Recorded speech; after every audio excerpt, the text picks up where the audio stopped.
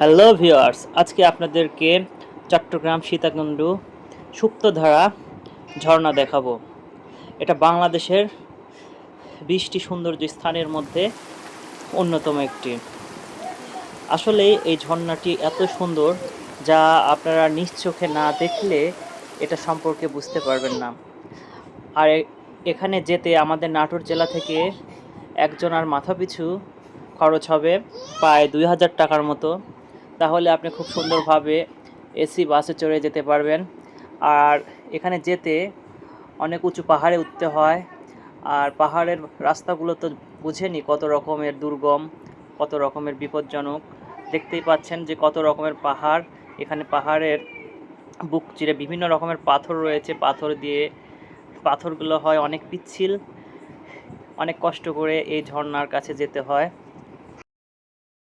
আসলে ভ্রমণে যত সুন্দর স্থান উপভোগ করতে যাবেন ততই নিজেকে বিভিন্ন রকমের প্রতিকূল অবস্থার সাথে সম্মুখীন হতে হবে। যেমন এই পাহাড়ের বুক চিরে ঝর্ণাটি দেখতে গেলে কতই রকমের দুর্গম পথ পাড়ি দিতে হয়, কত রাস্তা হেঁটে যেতে হয়, কত উঁচুতে উঠতে হয়। দেখেন কত জঙ্গলের মধ্যে দিয়ে কেমন অবস্থা এই রাস্তাঘাটগুলো। আসলে এত রাস্তা দুর্গম পথ অতিক্রম করার পর যখন আমি ওই ঝর্ণাটির কাছে যাব, ইনশাল্লাহ তখন আমার মন অনেক খুশিতে ভরপুর হয়ে যাবে। দেখি আসলেই সুপ্তধারা কত সুন্দর ঝর্ণা। এখানে পাথর রয়েছে বিভিন্ন রকমের পুরনো পাথরগুলো দেখতে প্রায় খুব সুন্দর লাগছিল।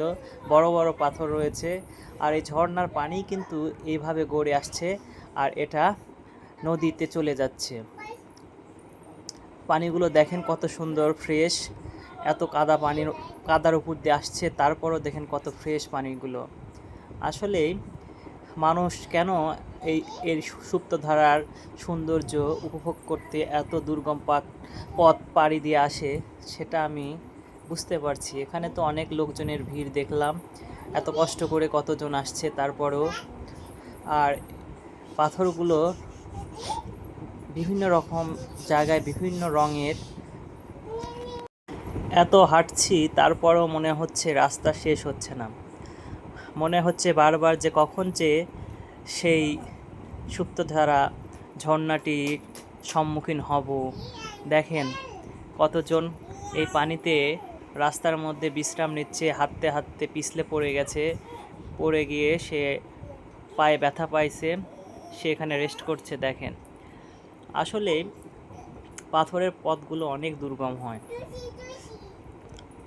আর অবশেষে আমি সেই সৌন্দর্য উপভোগ করতে পারলাম।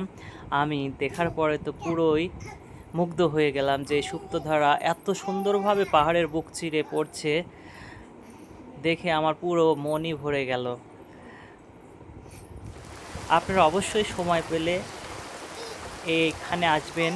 এটা দেখলে আপনাদের মন ভরে যাবে। পাহাড়ের বুক চিরে যে এত সুন্দর